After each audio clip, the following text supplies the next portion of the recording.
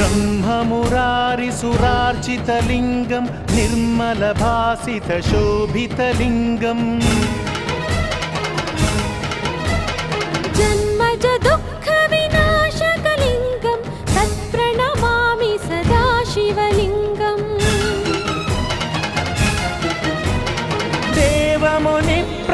देवमुनिप्रवरार्चितलिङ्गं कामदहनकरुणाकरलिङ्गं रावणदर्पविनाशकलिङ्गं तत्प्रणमामि सदा शिवलिङ्गम् सर्वसुगन्धसुलेपितलिङ्गं बुद्धिविवर्धनकारणलिङ्गम्